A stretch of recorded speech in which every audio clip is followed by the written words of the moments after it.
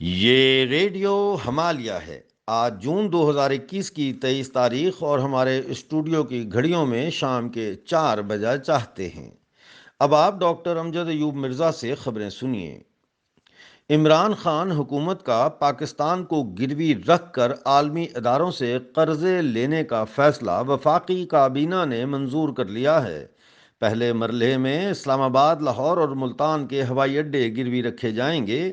اس کے علاوہ موٹر وے M3، اسلام آباد اور چکوال موٹر وے سمیت لاتعداد سرکاری اثاثوں کو گروی رکھ کر 1800 ارب روپے کا قرضہ حاصل کیا جا رہا ہے، لیکن قرضہ واپس کرنے کے لیے پاکستانی معیشت میں سخت نہیں ہے۔ اس طرح ریڈیو ہمالیہ کی پیش گوئی ثابت ہو رہی ہے، جس میں 2 سال قبل پاکستان کے دیوالیہ ہونے سے بچنے کے لیے تمام راستوں کے یکے بعد دیگرے بند ہونے سے لوگوں کو خبردار کیا گیا تھا۔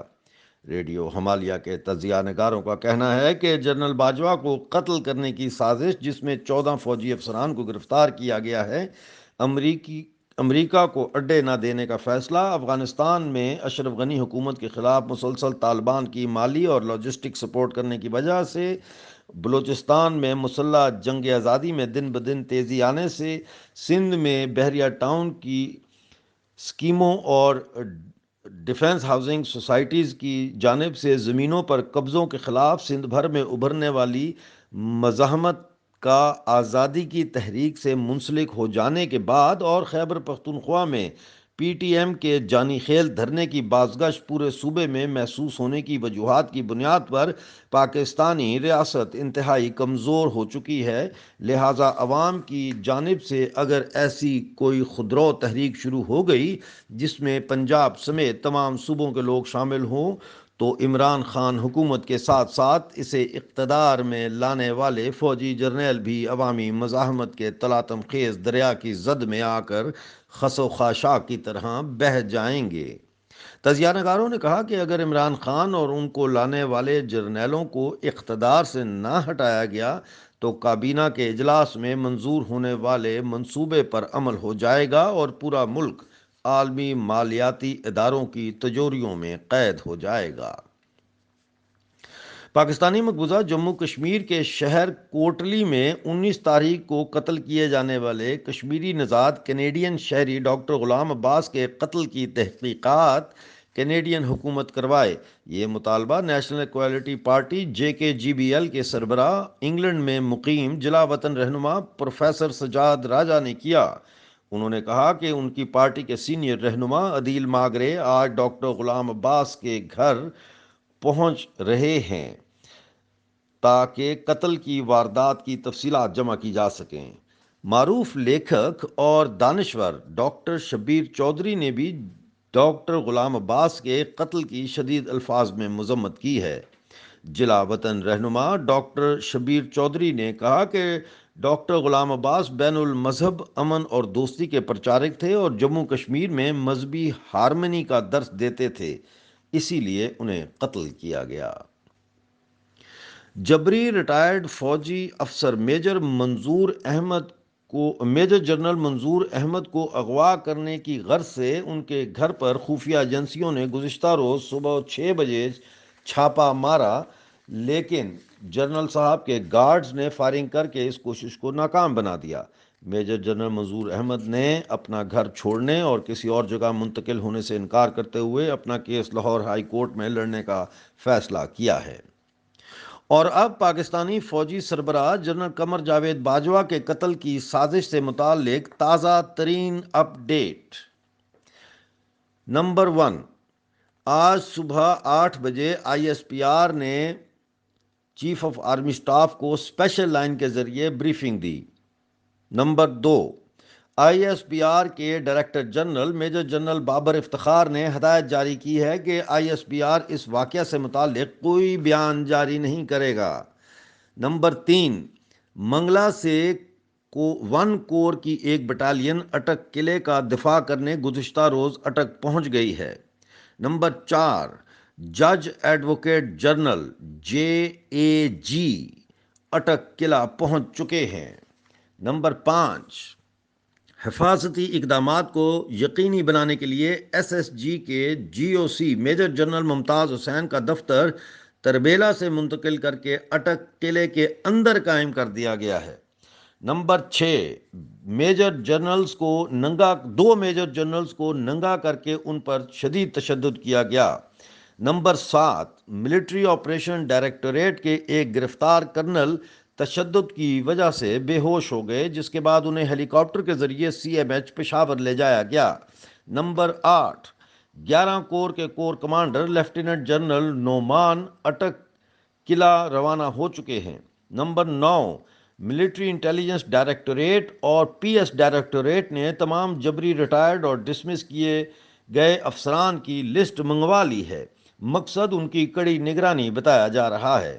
نمبر 10، پی ایس کا سارا سٹاف تبدیل کیا جا رہا ہے۔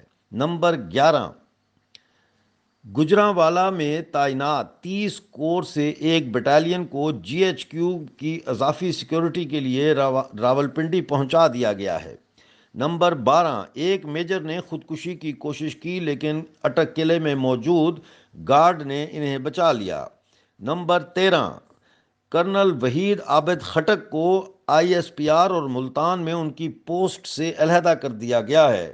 ان پر پی ٹی ایم سے یعنی پشتون تحفظ موومنٹ سے خفیہ رابطہ رکھنے کا الزام ہے۔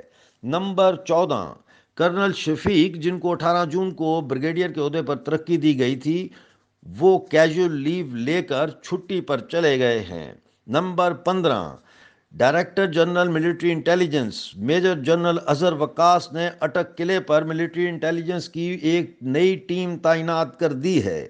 نمبر 16، فوج کی تمام حساس تعیناتیوں یعنی اپائنٹمنٹس سے سندھی، بلوچ، مہاجر اور پشتون افسران کو ہٹائے جانے کا عمل شروع کیا گیا ہے۔ Number 17، special services group S S G کی اضافی کمپنی کو جی ایچ کیو میں چیف آف آرمی اسٹاف کے دفتر کے پیرامیٹرز پر حفاظت کے لیے تعینات کر دیا گیا ہے۔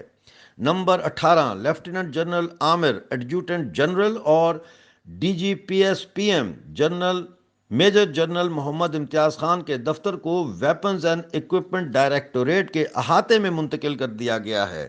نمبر 19، چکلالہ گیریزن راولپنڈی کے علاقے میں فوجی اور دیگر سیکیورٹی اداروں کی حرکت میں غیر معمولی اضافہ دیکھنے میں آ رہا ہے۔ نمبر 20، اٹک قلعہ پر ہر 20 منٹ کے بعد 2 کوبرا ہیلی کاپٹر چکر لگا رہے ہیں۔ نمبر 21، اٹک قلعہ کے نیچے بہنے والے دریائے سندھ میں مقامی مچھیروں کو شکار کرنے سے روک کر علاقہ کو ممنوع قرار دے دیا گیا ہے۔ نمبر 22، موٹر بوٹس میں بیٹھ کر ایس ایس جی کے کمانڈوز اٹک قلعہ کے ساتھ دریائے سندھ میں گشت کر رہے ہیں۔ نمبر 23، گزشتہ 24 گھنٹوں میں جن جبری ریٹائرڈ اور ڈسمسڈ افسران کو گرفتار کیا گیا ہے، ان میں 4 عسکری راولپنڈی سے تعلق رکھنے والے 2 lieutenant colonel, D H A phase 2 Islamabad سے 4 میجرز اور عسکری 1 سے 7 کرنل شامل ہیں۔ اب آپ کو وہ پیغام سنایا جائے گا جو جبری ریٹائرڈ اور انفیئر ڈسمسل کا شکار ہونے والے فوجی افسران کے انڈر گراؤنڈ اور سپاہیوں کے انڈر گراؤنڈ نیٹ ورک نے خصوصی طور پر ریڈیو ہمالیہ کو بھیجا ہے اور گزارش کی ہے کہ اسے ریڈیو ہمالیہ میں نشر کیا جائے۔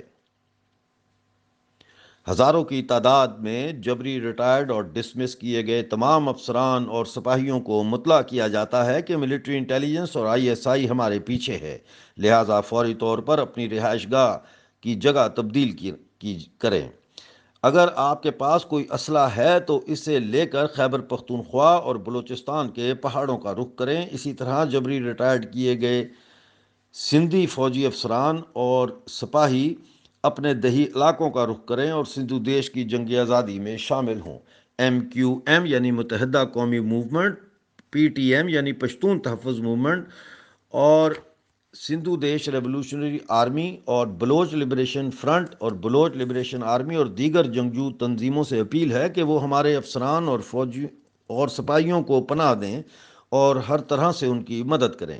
اسی طرح سندھ، بلوچستان اور خیبر پختونخوا میں پناہ لینے والے فوجی افسران اور سپاہیوں کو ہدایت دی جاتی ہے کہ وہ جدوجہد آزادی میں شامل تنظیموں کے کارکنوں کی ٹریننگ کریں۔ ابھی آپ نے وہ پیغام سنا جو جبری ریٹائرڈ اور برطرف کیے گئے فوجی افسران اور سپاہیوں پر مشتمل انڈر گراؤنڈ نیٹ ورک کی طرف سے ریڈیو ہمالیہ کو موصول ہوا۔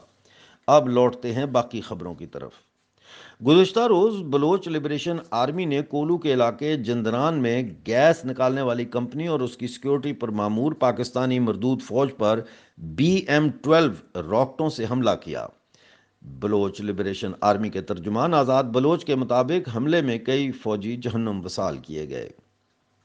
بلوچستان لبریشن فرنٹ کے ترجمان میجر گہرام بلوچ نے کہا ہے کہ گزشتہ روز بلوچستان لبریشن فرنٹ کے سرمچاروں نے ضلع کیچ میں آپسی کوہن اور گومازی کے درمیان صبح 10 بجے بانپیر میں پہاڑ پر قائم پاکستانی فوجی چوکی پر حملہ کیا، جس میں ایک پاکستانی فوجی کو جہنم وصال کیا گیا جبکہ دوسرا شدید زخمی ہو گیا۔ پاکستانی مقبوضہ گلگت بلتستان میں تاجروں کے خلاف ریاستی آپریشن بدستور جاری ہے اور تجاوزات ہٹانے کا بہانہ بنا کر قوم پرست اور انسانی حقوق کی آواز بلند کرنے والے دکانداروں کی جائیدادیں گرائی جا رہی ہیں۔ پاکستانی مقبوضہ جموں کشمیر میں وزارت داخلہ کی جانب سے تحریک لبیک پر لگائی جانے والی پابندی کو پاکستانی مقبوضہ جموں کشمیر کی ہائی کورٹ نے ختم کر کے تحریک لبیک کو پاکستانی مقبوضہ جموں کشمیر کے 25 جولائی کو ہونے والے الیکشنز میں حصہ لینے کی اجازت دے دی ہے۔ آپ ریڈیو ہمالیہ سن رہے تھے۔ ریڈیو ہمالیہ کی خبریں براہ راست اپنے واٹس ایپ پر حاصل کرنے کے لیے ہمیں 0044-7476931-203 پر اپنا نام اور جگہ کا نام واٹس ایپ میسج کیجیے۔ آج کا نیوز بلیٹن اپنے دوستوں کے ساتھ سوشل میڈیا اور واٹس ایپ گروپس میں شیئر کرنا نہ بھولیے گا۔ اگلے نیوز بلیٹن تک کے لیے ڈاکٹر امجد ایوب مرزا کو اجازت دیجیے۔